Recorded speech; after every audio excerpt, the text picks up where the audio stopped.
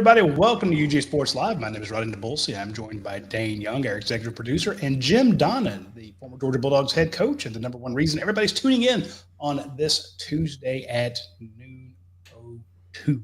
So the Philadelphia Eagles are world champions, and they did it with a bunch of Georgia Bulldogs. I tweeted out the video of when Nolan Smith was being drafted, and Howie Roseman, the Florida Gator, the GM of the Eagles, calls him up and says, "Hey, no, this is Howie. I'm a Florida Gator, and it hurts my soul to draft all these Bulldogs." And Nolan Smith responds with, "Well, you want to win."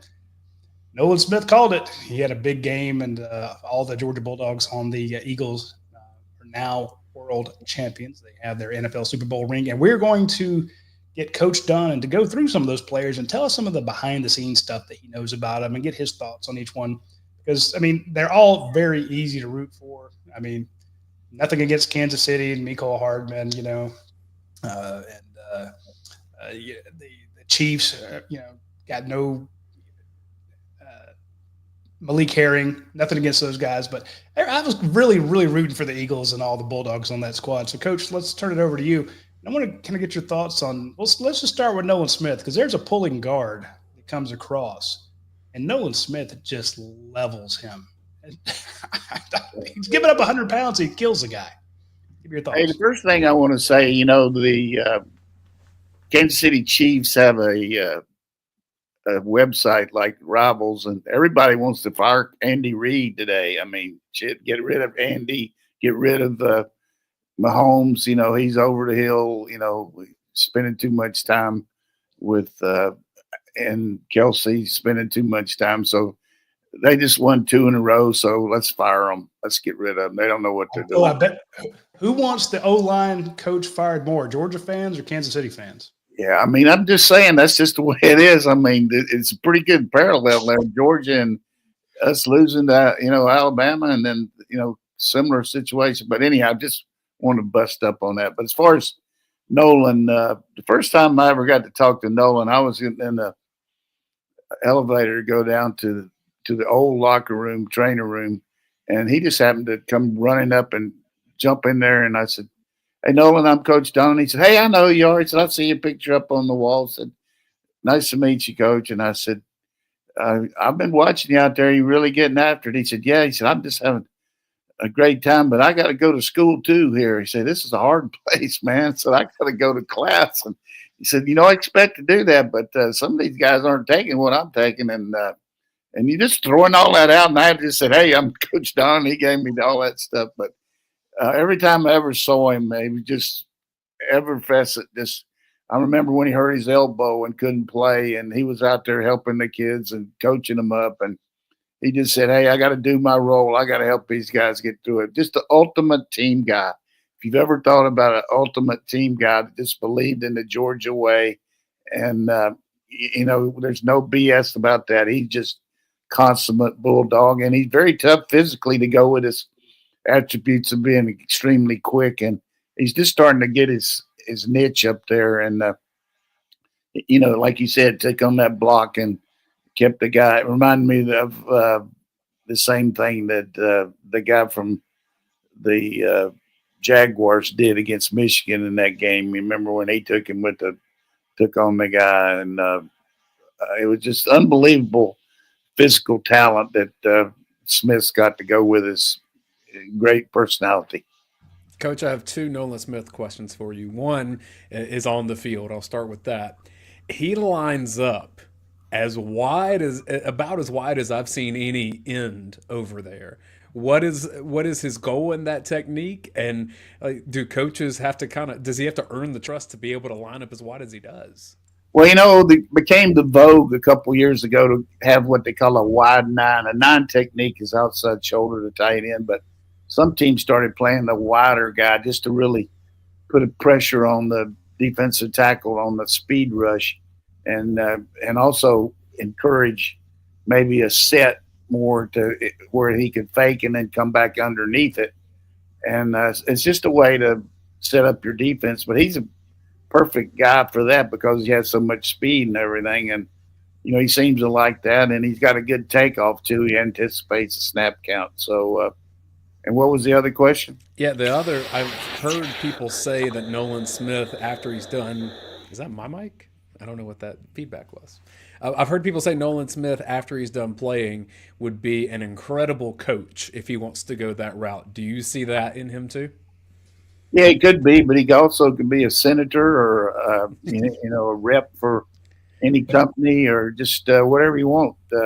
Just Jalen Walker, the same kind of personality. The guy that's coming up here in the draft again, very similar techniques and as far as all the things about the personality. So yeah, he can be a good coach.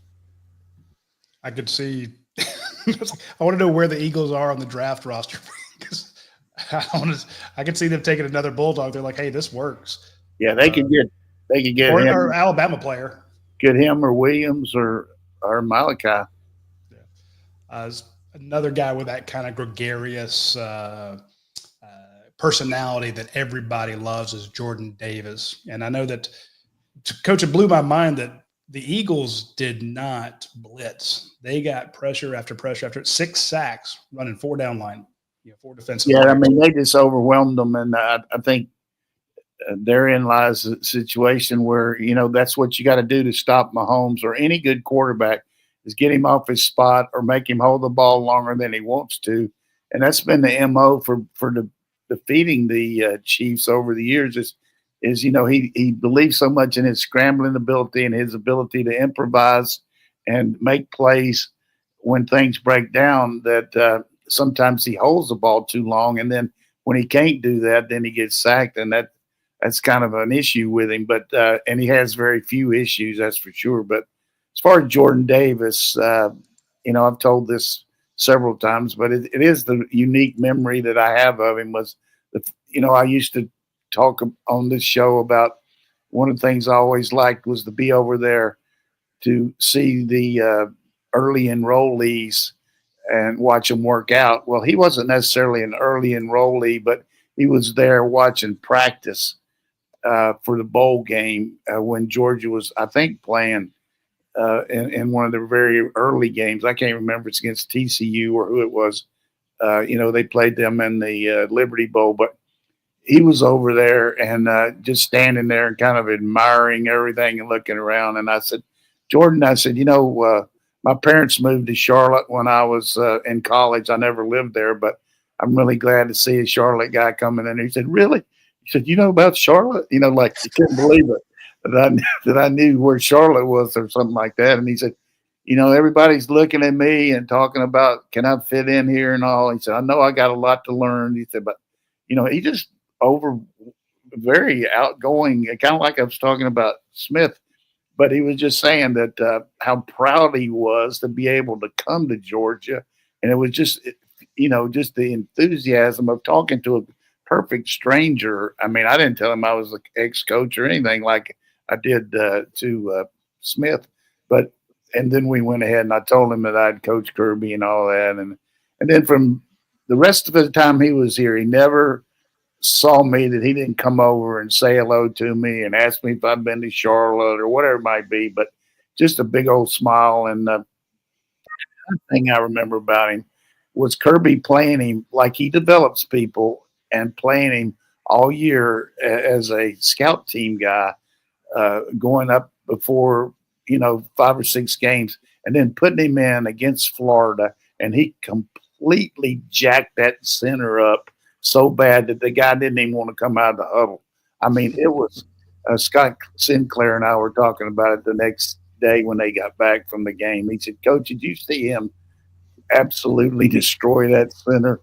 And then the next year when they were getting ready to play, we were talking on the sideline over there again, Scott and I, and he said, the biggest thing is that they're hoping is the Florida Gators are hoping that Jordan's not going to be ready, but the guy that's really hoping that he's not going to be ready is that center. And we started laughing about it again. And he just had an overwhelming presence up there. And you look up when people come into Butt Smear and come into the bottom part down there, they show the 40 times and all the things that the kids did at the combine.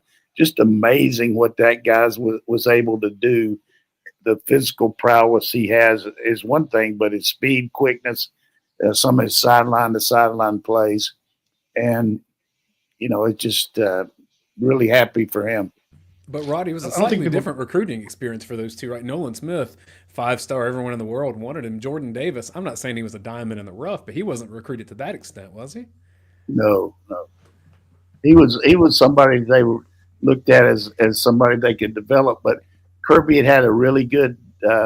One of the things he talked about when he first took the job is we got to get bigger, not only in the O line but the D line, because that was a blueprint that Nick had over there at Alabama, and they got certain standards for every position, and we didn't meet those standards in the O and D line, and he really fortified that very quickly with a lot of good recruits, and Jordan among which became really a dominant player. Yeah, I think we had Jordan Davis. Yeah, we had him as a 4-star. Most places had him as a 3. We did not have him in the top 250. We had him as the 14th best player in his state and the number 20 defensive tackle in the nation. I think that was highs for industry wide. So he was it. And Coach, what I remember about him was you pointing out that center thing, and this following year I wrote about it in my column. That was just a slam dunk. So thank you for letting me steal that. But you started talking about him as a freshman, saying, "Hey, keep an eye on this guy." And then he got hurt. Remember, I think it was like lifting or something. He hurt his back. He hurt his back, but one of the things. And then the next year was like Jordan Davis. Fortunately for me, Kirby will say to me when I do go over, he said, "Hey, what do you think of this guy? Have you looked at him or something like that?" And of course, really doesn't make any difference what I think, but the idea was, we really think we got something in this guy Davis, and he said we just got to get him in shape and have him. That to me, when you go against our scout teams, the difference in what we do because of the staff now. I mean, there's an increased number of coaches and all, but Kirby spends about an hour a day on a staff allotment about where he's going to utilize every coach.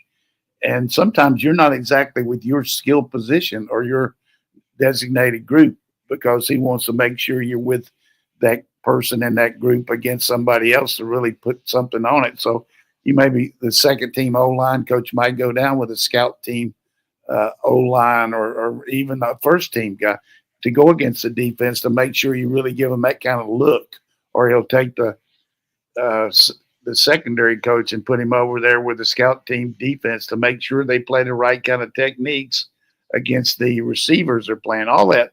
And I'm sure other coaches do it, but not to the extent of preparation there. And just that little 15 or 20 minutes of individual work pays off down the road because they're going to get that much better as the season progresses because they're not just on the scout team and you look at the tape and everything, but they're not getting the emphasis that they would get. One of the things I tried to do with the guys back when I was coaching was we would meet with every player on Thursday and talk to them about where they were and where they needed to be just to make sure they didn't get lost in the shuffle because all of a sudden you're so geared into getting ready for a game and all, and the guys down the scout team and things look so bad and you're not really having much of an opportunity to play, but you're all of a sudden saying, look, I watched you on the tape on Tuesday and Wednesday. You're really getting better. You need to keep doing this and it's going to pay off. Or look, if you want to play here, you got to give more effort. So I'm watching you. I know what you're doing. And now you add those GPSs that they keep on them. So there's not much room for sloughing off at practice. That's for sure. Yeah, and Jordan did not. I mean, he was one of those guys that, like you said, he cut his teeth down there going up against some of those first-round offensive linemen, and he turned out to be an absolute monster.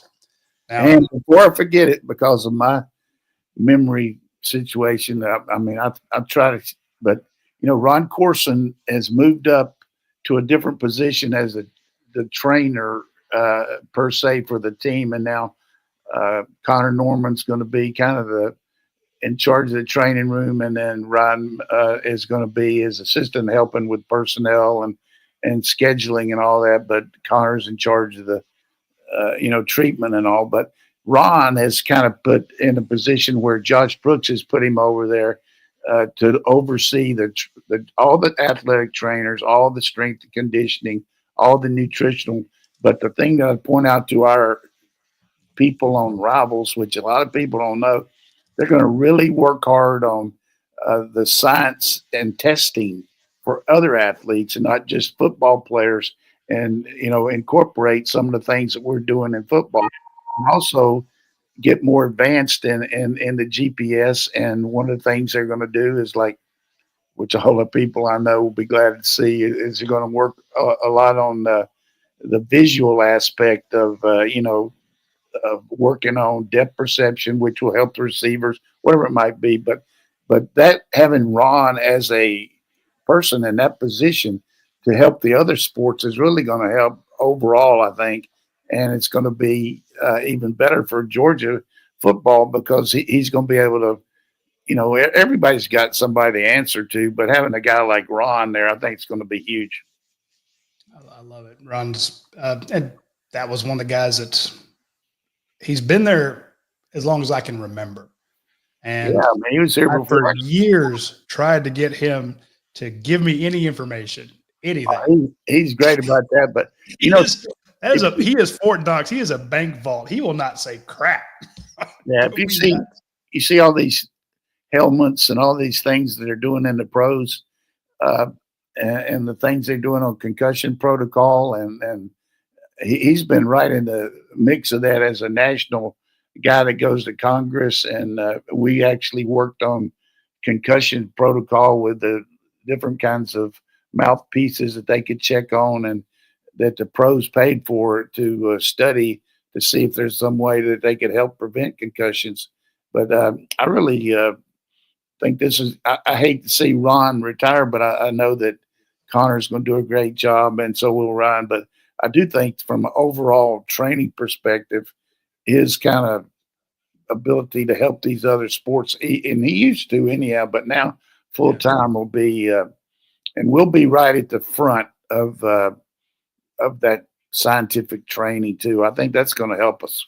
That was going to be my point. Is the guy's been around forever, but he's always doing cutting edge stuff. It's always new stuff. It's not like, well, this is, we gave you salt tablets back in the 70s, and that's what you're going to do here in the 2020s. So, just like with Jordan Davis back in the day, you said, hey, keep an eye on him. I remember it was one of our first shows, and you asked me where we had Jaylen Carter ranked. I'm like, well, he's like 54. And you started shaking your head, and you read us the riot act about the Rivals rankings. Like, y'all are going to regret that one. And Jaylen Carter has made us look like fools. Now, look, we had him if you got him at 49, that means we expect him to be drafted, middle of second round. But he's one of the top guys going out there. And the Eagles' run to the Super Bowl, Jaylen Carter is just huge in that. Watching him being interviewed after the game and just the success they had. Coach, you called us that we were wrong on Jaylen Carter, and you were right. Well, I'm not going to take a victory lap on that, but I did say that it's going to be like a shot from Cape Canaveral when he got up here. I just think that really happy for him and his success. And they played him a lot more this year down the stretch. They did a lot of substituting in the past, but he played more, significant snaps. But the one thing that just sticks in my mind about Jaylen, he's behind the scenes and pretty quiet and all, but he was very prominent from a leadership role just because of what the standards he had at practice. He didn't go half-ass anytime, and he better as self-survival if you're on the other side. I remember one of the guys, we had Kendrell Bell, and when we had our banquet, one of the guys, everybody was telling stories, and the guy said, look, I was scared of you. I'm scared of you, Kendrell. I was hating I wasn't going to have to line up against you, but that's the way it was with Jaylen. But the thing I wanted to point out here, and we'll go on to the next one, was he cared about his fellow guys, and he knew how they worked and all. And he took his own money, which, he got money and everything, but he paid for a couple guys to be able on the scout team to eat on the training table. And that always stuck with me. Like, hey, you can do a lot of things, but nothing like taking care of your buddies and knowing how they work. And, they got rules you can't do, but so much on that. And those kids work hard and everything, but now they got where more of them can eat over there. But I thought that was impressive. And then you see every Thanksgiving and Christmas, he does that down there in his hometown of having that Thanksgiving meals for all the kids at the Boys and Girls Club. But just a really good person, and very driven, and loves to pick up quarterbacks and hold them up in the air. Did you see after the game, he's being interviewed, and I think was it Josh Sweat that walked behind him, and he's who had the huge game, and he's like, pay this man. So again, always looking out for his teammates, making sure that they get. I think Sweat's going into a free agent year. So free agent. Yeah, someone's going to be paying him through the roof. Yeah, I mean they're going to. I mean, they've had 3 straight drafts where every one of their first 4-round guys have hit, though. I mean, it's just been phenomenal. Even though he is a Gator, I got to give him credit. That's been pretty strong. Hey, but if you watch that, Alabama-Georgia championship game, give me as many of those guys as possible. Just give them all to me. Yeah. Speaking of one, they took Nakobe Dean. And Nakobe could not play in this game, but what season he 122 times. Big year all year until he got hurt. But and you never know how a coach is going to help or hurt a team. But Vic Fangio comes in there and puts in his system, which is pretty intricate. There's no question about it. He's been around, but never has won the big dance. But finally won the Super Bowl, and happy for him. But did you see that quote he said from Dean Smith, which I thought was pretty good? I did not. He was talking about, they said, everybody was saying, hey, you finally won the championship or something like that. And he said, I feel good about it, but I also feel good about what I did before. And it's kind of like Dean Smith said when he won his first national championship. He said, I'm the same coach today that I was yesterday. So, I mean. Yeah. But you're not, because now you are always known as Super Bowl winning head coach. Right. But I mean, you got to have it. I mean, Dan Marino never got it. I mean, he's a fantastic quarterback. And you talk about a home visit that was a waste for me. I knew he was going to Pitt, and this coach wanted me to go in there and visit Dan Marino. I went into his house. His parents were happy, but I mean, basically, I didn't do hardly anything because, I mean, how can you get fired up when you know that Johnny Majors and them? I mean, not Johnny Majors, whoever the guy, the coach at A&M and then Mississippi State, Jackie Sherrill. I mean, they had him all set up. There's no question. That's not right. Dane, the last 2 guys. You want to do this after a break? Sneaking a break here? Yeah, we'll talk about the last 2 guys here in a second. I do want to mention our friends over at Academia Brewing Company, because I'm hungry.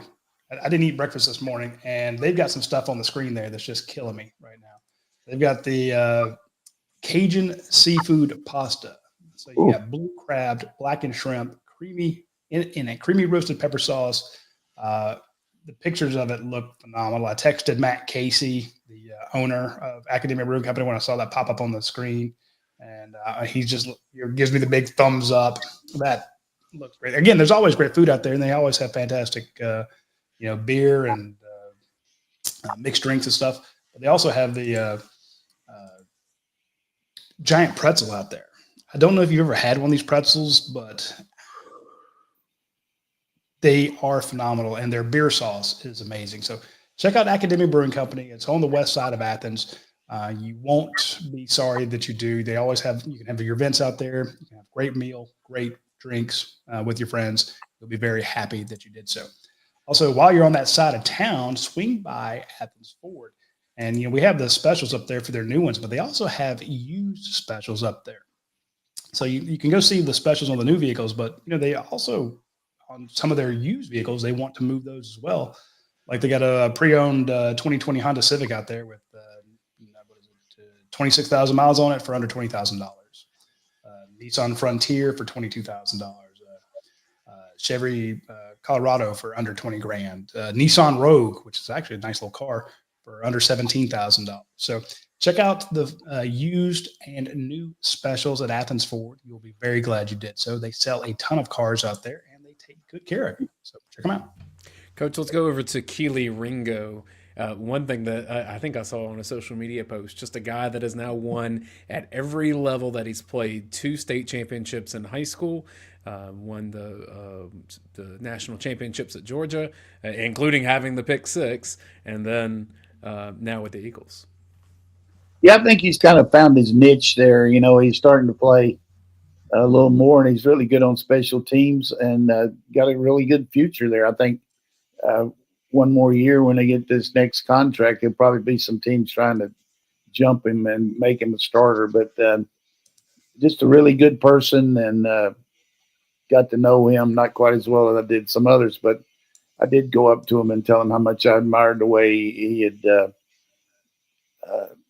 represented his mother during the cancer fight, and told him about my wife and all. And he occasionally would ask me how she was doing and all, but it's just he really has elite ability to do certain things, but he's kind of in between about being an elite pro corner, but he's close. But just a winner attitude, and does what he can to help them win. And then he joined the Eagles late, but still, we're going to put Lewis Cine on this list just for the culture fit of playing with these guys on defense. Yeah, I mean, just a guy that's dynamite hitter and can, level you out. I remember when Tyson Summers was here as a analyst after he got let go at Georgia Southern, and Kirby brought him in here and did a terrific job for us that year running the scout team. But also in camp, he found out about Lewis and told Kirby that, really stepped up on the table and said, we need to take this guy. And, he didn't meet certain standards and all that. Maybe, I don't know what it was, but they ended up recruiting him, and he just came in here and was a terrific player. Unfortunately, had that bad injury first year at Minnesota, and now I think he'll really surface there with the Eagles now that he's with a team that can really utilize him.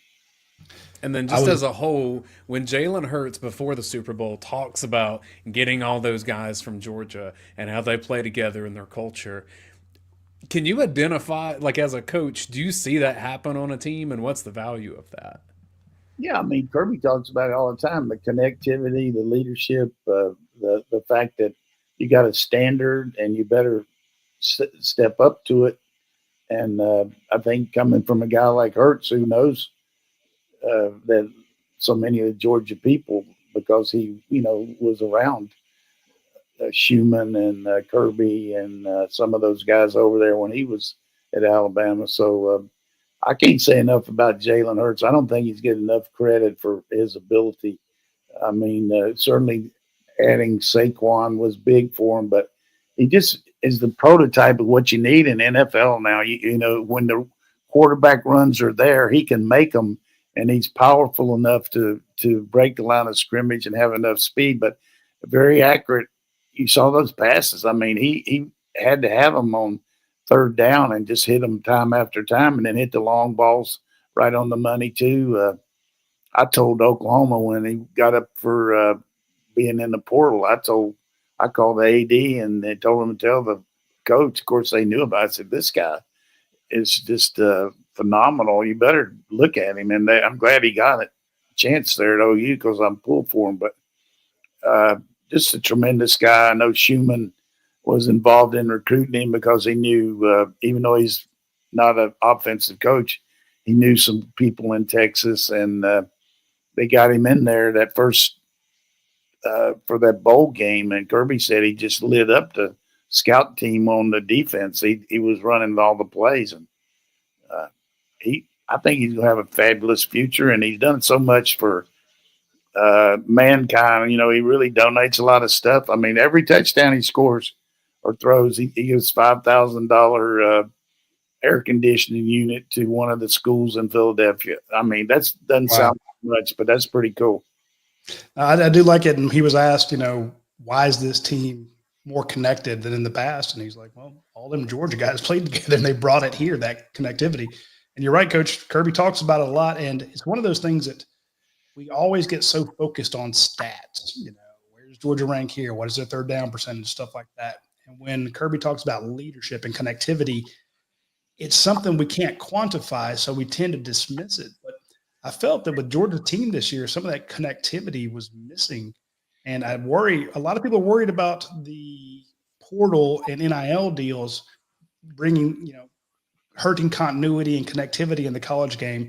But it just shows that, in the NFL, all those pros are, focused on their career. Like they say, they all got to eat. And it's tough sometimes to have that connectivity in the pros. But exactly. The Eagles just showed you can have it, and it will win you a title. Well, what happened about when they started the salary cap, because the richer teams were just able to keep the second and third team players. You know what I mean? A guy could make just as much money as a second team guy for, the big city people are getting all the TV money. And because they were on more than some of these lesser franchises. So they equaled it out and made it more, with the salary cap, you go into the league, you're going to make so much if you're a first round guy, second, third. So that second contract means everything. Once you get that, then you're probably going to stick with the team. But some of them keep moving around. But I just believe it's easy to say because we lost maybe more games that maybe there was something missing. Who knows? That's the issue usually. But drop passes, to me, were a lot more prevalent than maybe the connectivity. But we'll never know about that. But I know. I mean, I see what you're saying, though. But from the one story that I will say about connectivity that I'm going to share that I think is really one of the things about this show. I got a little free way to say something, but Oklahoma, when Barry first started out there, they didn't lose a game the first 2 years. I mean, had one tie, but they won every game. And then a lot of those guys graduated. And so they started the next year. Some of these guys have been used to that kind of practice and working easy and, not going quite as hard because they were killing everybody winning it. And J.C. Watts was a quarterback. And some of the players, when they started practice then, Switzer put down the hammer and they were going a lot harder than what they had. And some of the kids came to JC and said, you got a good relationship with Coach, so why don't you go up there and ask him what's going on? So, why are we working so hard? This is not the way we practiced over the last couple of years and everything. And so JC said he would do it. And so that was in the morning. And then in the afternoon, they come back to practice and they come over to him there in the locker room. He said, well, what happened? He said, well, I'm going to tell you what happened. So I started walking up there to Switzer's office and I was walking down the hall and I saw that picture of Billy Vessels and I saw Steve Owens and I saw these pictures on the wall. And I thought to myself, would they say that we're working too hard? Would they say that we're practicing as a Sooner like we're supposed to? I mean, and I just turned around and said, look, we got to build our own legacy here, just like these guys did. They started out like us, and we've been lucky to be on a winning team. But just because we won before doesn't mean we're going to win now. And we got to keep working together. And I think that's true for every team. When you lose good players, you have to change a little bit, as far as the way you do things. And I think connectivity can be misconstrued with longevity, where if guys play together a long time, that they're going to be together. Well, some guys, the problem is that they've been around for too long. Like they're no longer fitting what it is. But when I see a guy like Trevor Etienne come in and do what he did at Georgia this year and be a team leader by the SEC championship, I mean that's not a connectivity issue with him. When I see Riley Leonard go to Notre Dame and know his players' names before he walks in the door, that's not a connectivity issue. And I've seen some players at Georgia that the team probably would have been better had they left a little sooner. Right. The thing that happens is you just can't assume that you're going to get that. But people want to come to this Georgia. I mean, you talk about the portal, there's a lot more guys that want to come here that we don't take just because we don't have enough room and because we got guys maybe that are more in tune with what we want to do. But it's certainly a real part of every program as it has its own niche as far as the way things are expected. But you just can't beat the publicity of Hurt saying that, of the general manager of Green Bay saying last year, George is a standard for practice and player development. I mean, those two things right there, you got to show that to every recruit. Yeah, and Georgia's going to have a very good draft this year. Before we get to our last commercial break, I want to bring up this question from Blind Squirrel Sports. It says, Coach, did you ever have a flashy quarterback one who was more concerned about himself than the team? If so, how did you address these issues in order to make sure there wasn't a rift in the locker room? Did you ever have a prima donna at QB, Coach? I mean, every quarterback's a prima donna to a certain extent. Says the quarterback. Yeah, about to say, says the quarterback. You don't want to get hit. You want to do all that. And, I know my son-in-law was playing for the Dolphins, and he was offensive tackle, and he was so afraid he was going to give up a sack in preseason game when Dan Marino was in there and get eaten out by the Don Shula and Marino and all. But, I just think the question is, did I have any? I don't think that I had anybody that put himself before the team. I really don't. What would you have done? I mean, if you, let's say hypothetical, and I know you're not big on hypothetical, but you got a quarterback who's head and shoulders better than QB2, QB3. Yeah. But he's an asshole. And I had to. What would you do? I had a situation with one quarterback one time, and, he started worrying a little bit about his stats and stuff like that. And, I just basically said, look, we can't get too involved in that. We got to win. You're just going to have to.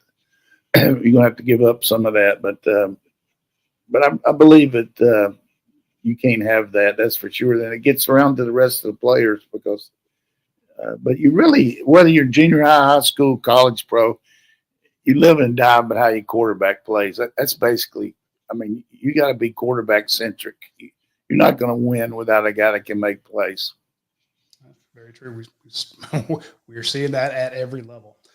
Speaking of having good levels here, I want to mention our friends over at myperfectfranchise.net because he has a different level for all of your, I don't say your intangibles, but your time, your money, your investment, and your goals. So let's say you're like, hey, I am done being an accountant. I am done working, at the shop. I'm done, whatever.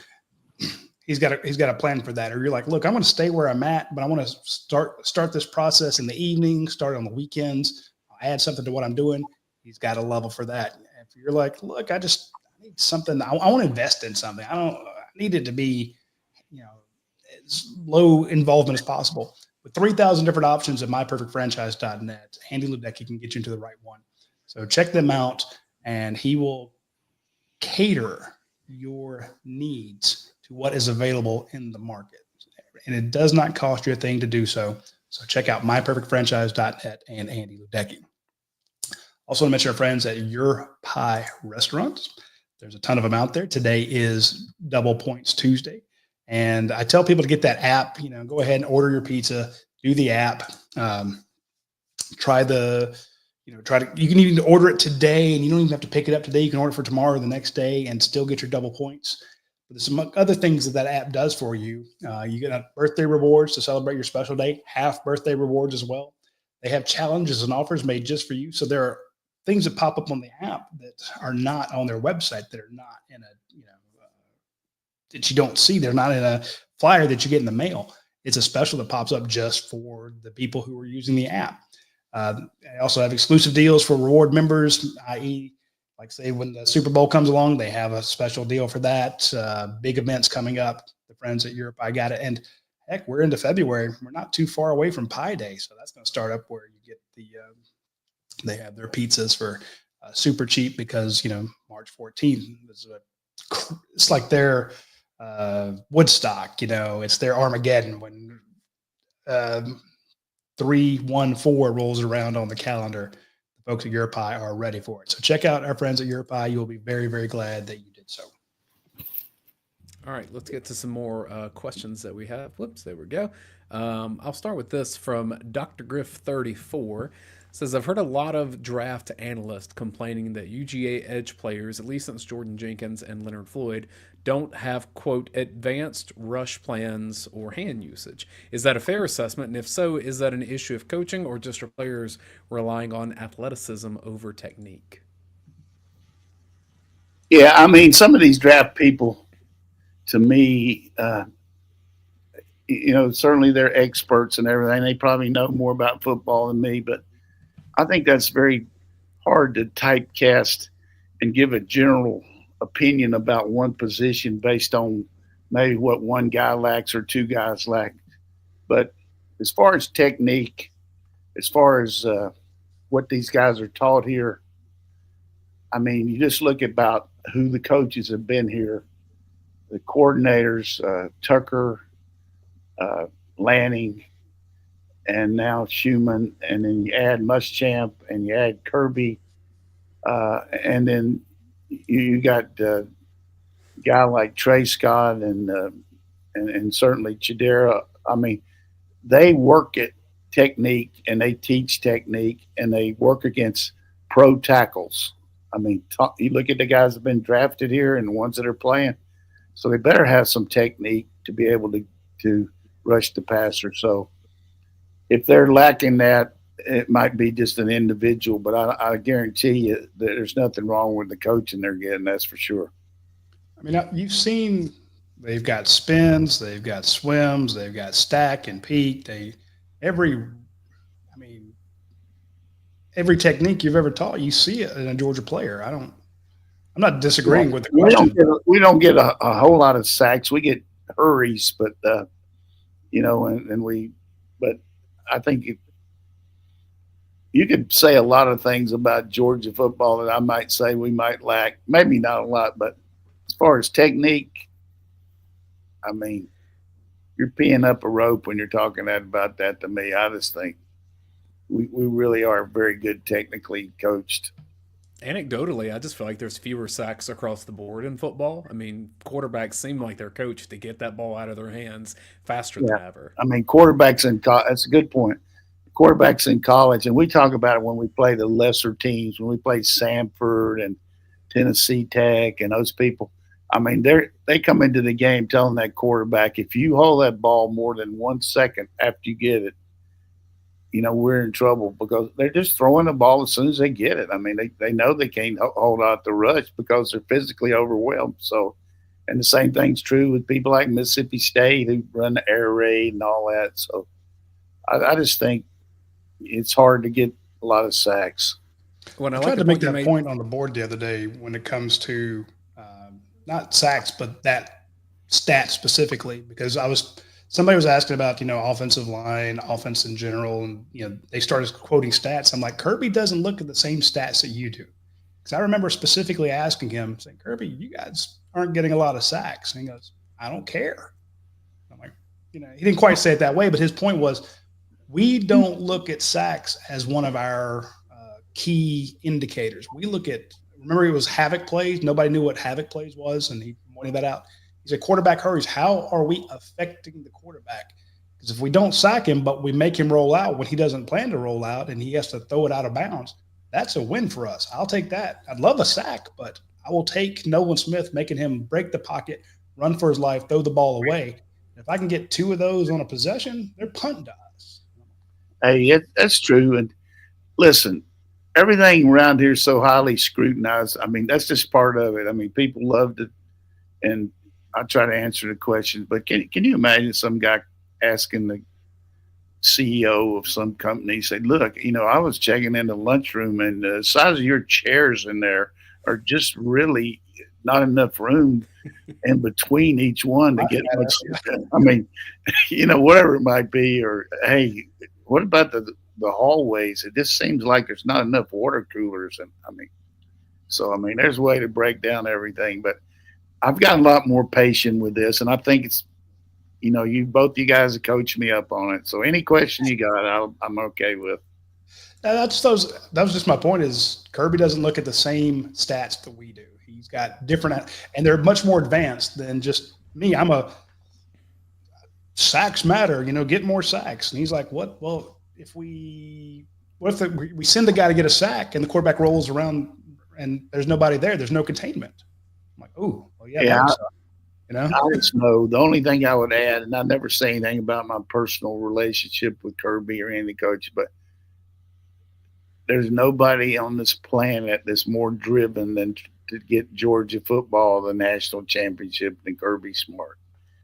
And he's certainly a great family man, and he's undergone a very tragic situation with his father, but the guy's driven. I mean, and he presses these coaches, and they work at it, and they're self evaluating, and they're looking, they're constantly doing things, and it's like this thing with Ron Corson on the science part. I mean, they're going to be looking at other ways to improve their team besides just the weightlifting and nutrition. They're going to be looking into other ways to help their team with the GPSs. We have two statements and a question to start off. This is from Stoley. Excuse me, I'm sorry. Dwight's tearaway suit. It's what? Dwight's tearaway suit. I think it's from The Office, but that's the username. Question is, what is the latest on Colby Young? Will we see him suit up for the Bulldogs? Yeah, I feel like just the fact that the charges were reduced to a misdemeanor. He's more than paid his dues as far as missing time. Missed almost the 3/4 of the season, and he's doing everything he can academically and within the framework of the school. I mean, I'm not the voice of that. I don't know, but I don't think he'd be sticking around here going to class and doing everything he's doing if he didn't get every indication that, do what he's supposed to do on this with what the court told him. I sure hope he does, because I believe in second chances, particularly when they're warranted. It's a question, but it's really more of a statement. This is from Philly Dog. So this is our Philadelphia Dog fan. He says, Coach, how about them effing dogs? Yeah, I mean, 4 exclamation points. He is in heaven. I tell you, somebody's happy, probably as happy as anybody in Philly, is Coach Byerly. I mean, he lives and dies with Philly sports, and he's really happy about that. I was kind of wondering if DeAndre Swift kind of felt like he was missing out. He got paid by the Bears, so like his bank account's fine. But you wonder if he would have had a chance to, because he's from Philly. I mean, that was tough. But the people that lower than Wellman, are the Giants. I mean, come on. Not only did Philadelphia win it, but they're in your division, and there's a guy for $13 million you could have kept. But just that was one of the worst decisions I've seen in management in a long time. This guy's a generational back. I mean, how many guys can jump over somebody backwards like that? Come on. I mean, that division has the Eagles are what they are. You see the Commanders and Jaden Daniels looks like he's a superstar. Cowboys can't get out of their own way, Coach, and they hire Brian Schottenheimer, who we all knew was here for a year, but that didn't necessarily light the world on fire either. Cowboys are really hurting right now. I don't know. They got Parsons coming up for this big contract. I mean, I don't know how much they're going to pay him. They got to get some players on defense to help him. And then offensively, I don't know what they're going to do with under Schottenheimer, but they're definitely not in the same spectrum as the Eagles right now. But, when you look at them, three out of the last 4 years, they won 11, 12 games. And then, this year Dak's got hurt. But similar quarterback to Hurts, mobile quarterback, good arm, good guy. But I tell you, Jaden Daniels and the Eagles and the Commanders every year, that's going to be two great games with those two guys. This next question is from Kirk DD. Says, it seems like our guys don't play the ball in the air. Why not?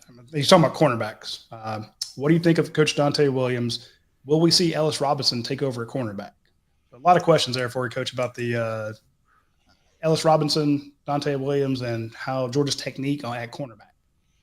Yeah, I mean, we haven't played the ball in the air this last year. I mean, that's something I talked about, and it's just something that you acquire, and it's a little bit different when you're playing man coverage, particularly when you're in a chase technique and they get beat at the line of scrimmage. But Dante's a good coach. He's got a good background, and he's got two people breathing down his neck, and Kirby and Muschamp. That not necessarily that. Like, that's a bad way, but he's got two guys that are out there working with him and helping him. So and they help every coach. But I think as far as Ellis, it's just great natural ability. You just got to put it within the framework of the system and fit in a little bit better, where you just don't try to out athlete somebody. You got to play within the system a little more, and he's learning how to do that. And every time he got close, he got some kind of little nitpicking injury last year. But he along with Harrison, Everett, going to be right in the mix. And then DeMello Jones, I mean, he's got some ability too, and got some other corners coming in here. I think we got other positions that worry me a lot more than corner right now. Okay, this is a question from Jake McAdams, and you kind of touched on this one last week. You said you would like to wait till after spring practice. So, Jake, we're going to ask it, but I'm not going to press Coach to answer it. Says, Coach, is this a rebuilding year, or does Georgia go further in the playoffs? Well, there's going to be certain areas. The offensive line, we definitely got to reload there. I think we got some ability. They just got to play better, no question about it. I would feel like defensive edge players going to be who's going to step up there, and we're losing 3 guys on defense that are going to be drafted in the first 30. So we'll see how that works. And then it's unbelievable. Barry Switzer calling me right now. I don't think I'm going to answer it, but I'll have to call him back. But he probably wants to know why I was saying something about Jalen Hurts at Oklahoma. But we're going to be okay as far as schedule. It's better because of who we're playing here. So I like it. Yeah, that's tough question to answer, but because there's so many unknowns. So you don't recruit like Georgia does and call it rebuilding. Georgia is reloading, and there's not that much further than it can advance. I mean, it made it second round of the playoffs.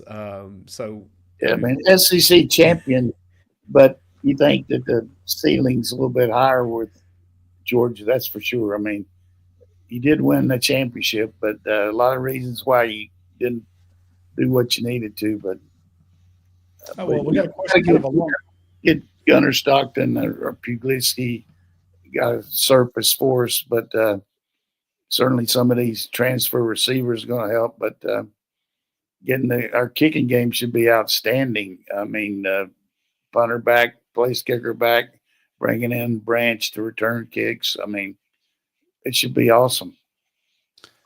Kind of question along that same line.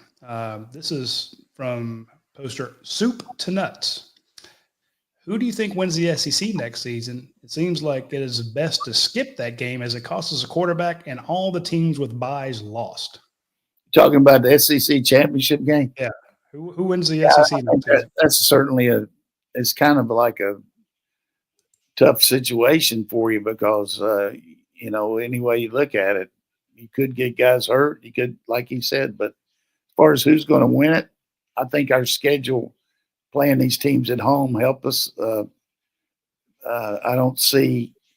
think Texas might be quite as good as they were last year, but, everybody's counting on Arch, but they lose some good players preseason. Some people are picking them number 1, but I feel like Florida's going to be better than they were last year. Auburn's going to be better. Tennessee losing some good players. I don't know. Ole Miss losing a lot of players is going to be whether the portal people step up. South Carolina certainly got a good quarterback. Tough schedule, but we'll see how LSU is a great quarterback. One of the things you got to do is handle success. When you're doing pretty well and you hadn't been, then are you going to have that same hunger? You know what I mean? So they got to replace that back that came from Arkansas, Rocket Sanders. I think if they can get a good running back, South Carolina loses a couple really good defensive players too. But I like our team, though. I like our chemistry, and there's a lot of hunger there to get back to the big dance. The only thing I'm certain of is that Diego Pavia will beat Hugh Freeze's team. How about old Diego coming back? I mean, can't kid about Vanderbilt. I mean, how about DJ Durkin getting $2.5 million, Coach? Yeah, but it's pretty much a standard now, and people are making a big deal out of it. But he really was making that much last year. But half of it has been paid by Texas A&M. People don't realize that. He's another good example of a guy getting a second chance. Had all those issues in Maryland with the player dying and, a terrible tragedy. But he's come back and done a good job at A&M, and now he did a pretty good job at Ole Miss too. We'll just have to see how it works. I remember seeing this question popped up last week. I don't know if we answered it or not. So if we did, I apologize. Coach, this is from Dog O'Clock. This will be our last question. What's his name? Dog O'Clock. 10 o'clock, Dog O'Clock. That reminds me of this guy who used to live across the street from me. We call him 6 o'clock because he's so skinny. That's his name. Johnny 6 o'clock look. I heard on this on a reel, one guy's talking about they had a coworker who had one arm shorter than the other, and they called him Clock. Oh yeah, I like that one too. Good one. Good one.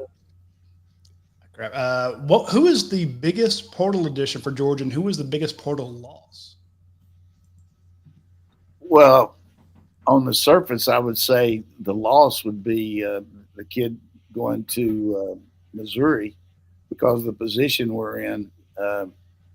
Damon Wilson. I think Damon leaving, but you can't worry about guys that are gone. I mean, certainly the corner left, but I don't know how much that's going to hurt us. He was not playing on the level we needed him to, and I think he didn't like being on the bench. But it's not fair for me to say why he left or anything like that. But as far as the biggest addition, I'd have to say Branch and Thomas, just because of the need there at the receiver. I think both of those, and then the safety position, we lose. Malachi and Jackson, 2 guys are going to get drafted, and you saw last year how much it hurt our secondary losing that experience. Yeah, Kamari goes and starts for the playoff team, the Texan. You see the same thing with Bullard starting for a playoff team in the Packers. And then Tyke Smith starting as a true rookie for a playoff team in the Bucks. That's 3 guys out of your 5 in the secondary. They're playing on the ultimate level in pro football. And it made a difference in our team not having those guys. And we're going to see the same thing. All 3 of these guys that are getting drafted early that we mentioned before, Michael and Walker and Malachi. So we got to replace that safety situation, and I think both those guys coming in have got some pretty good ability there. I thought you were going to – my first thought was you were going to say Carson Beck would be the first one, but I don't think of him as a transfer for some reason, although he is transferring. I guess I didn't – I'd have to say Carson just because – I forgot that he was actually a transfer. I guess that's because he's going to the NFL in your head. Then he changed. Only thing you can count him on is a transfer, but definitely he had a great level of play for us. So just brain fart by me not mentioning him. But I'm trying to get that out of my mind that he's left us. That was my first thing I thought of when I read the question was Damon Wilson. So I was going to answer the same way, and then I'm like, oh wait. Yeah, I was corrected there. I should be corrected on that. That's poor by me. Don't be silly.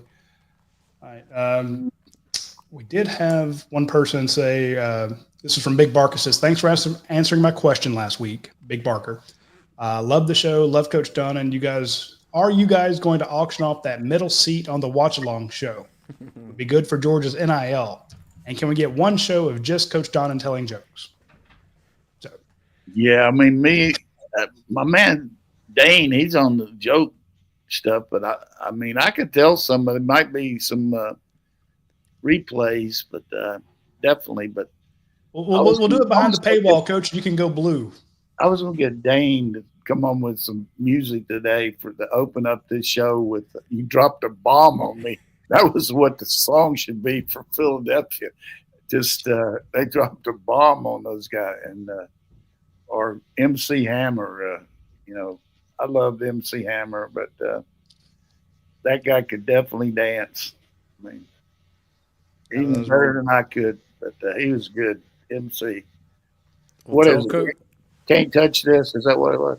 Can't touch this. There you go. If you get a little bit of that up on the right real quick. I'm not losing our monetization at the end of the show here. That's a copyright infringement, Coach.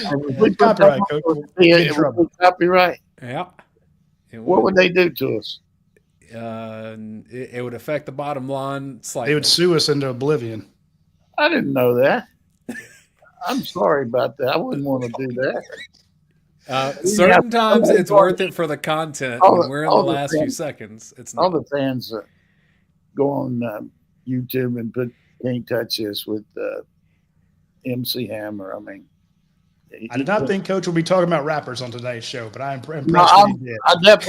I definitely am not going to give an opinion on that because I probably offend some people. But the guy definitely used his platform to get his point across. And the only thing that I really recognized was when Serena came out there doing that crib. I thought she had it going pretty good there. She was getting after it. Yeah, she's stunning. All right, folks, that's all the time we have for this week's show. Tell Coach Fritz we said hello. Sorry? Well, yeah, I got to call Barry back. I hope nothing's wrong, but he might have been watching our show and wanted to know about something. But that's why I said tell him we said hello. We probably need to get him on there, but I was just about to say, can we get Coach Switzer on? Get him on here. We got to have a bleep thing. I mean, We'll do it behind the paywall, Coach, and he can just say whatever the heck he wants. He definitely, he says what he was. The thing they did for my birthday, he sent me a nice thing, but he was getting ready to use a couple words, but he didn't do it. But I never will forget this one thing. We were on the plane going to L.A. to play Southern Cal, and it was a problem with the charter, and we were sitting there in Oklahoma City, and they didn't have any air conditioning on the ground for some reason. And we were, and this guy was supposed to be checking and all that. And so finally this guy from the charter service was walking back there, and Switzer said, "Hey, I want to know what's going on." And finally the guy asked Barry, he said, "Who are you?" He asked Barry that. He said, "I'm Barry freaking Switzer, and if you don't get this plane going, we're going to go commercial." I mean, it was pretty funny. Who are you? I can think of a lot of things I would say, but not that. That guy didn't know Switzer. That just killed him. I love it. All right, folks, we'll see you next week. Everybody take care.